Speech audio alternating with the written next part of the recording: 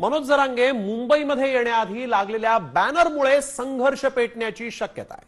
कारण या बॅनरमधून जरांगेंना डिवचण्यात आलंय। होय, मुंबईत लागलेल्या बॅनरवर नेमका काय आशय लिहिण्यात आलेला आहे, काय आहे या बॅनरवर ज्यामुळे जरांगेंना डिवचण्याचा प्रयत्न झाला, पाहूयात या स्पेशल रिपोर्टमध्ये। मनोज जरांगेंचं आंदोलन मुंबईच्या वेशीवर आलंय।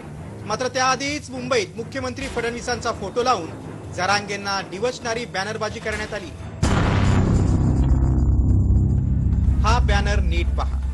इतिहास शिव्यांना नाही तर कर्तृत्वाला लक्षात ठेवतो। मराठा समाजाला पहिल्यांदा आरक्षण देणारे आणि न्यायालयात टिकून दाखवणारे मुख्यमंत्री देवेंद्र फडणवीस अशा आशयाचे बॅनर लागले आणि त्यावरून नव्या वादाची ठिणगी पडली।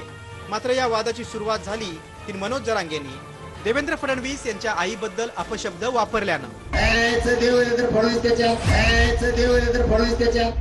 याच वक्तव्यामुळे वाद पेटला आणि जरांगेंनी चूक लक्षात येताच युटर्न घेतला।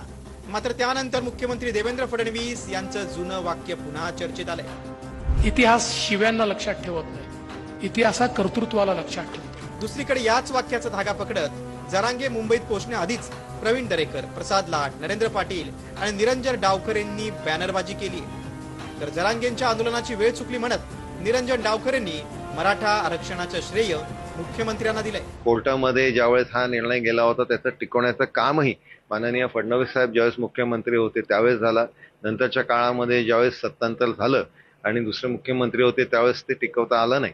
आत्ताच आपण बघितलं की 2024 मध्ये मागच्या महिन्यामध्ये शासनाने SC-BCचा जो निर्णय घेतलाय त्याच्यामध्ये मराठा समाजाच्या मुलांना 10% शिक्षणामध्ये आणि नोकरीमध्ये आरक्षण दिलेलं आहे आणि त्याच्यामुळे या संदर्भातले सर्व निर्णय हे समाजाच्या हिताचे हे सरकार घेत आहे।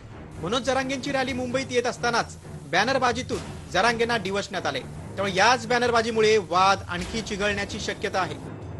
गिरीश कांबळेसह ब्युरो रिपोर्ट, साम टीव्ही, मुंबई। तर जुन्नरमध्ये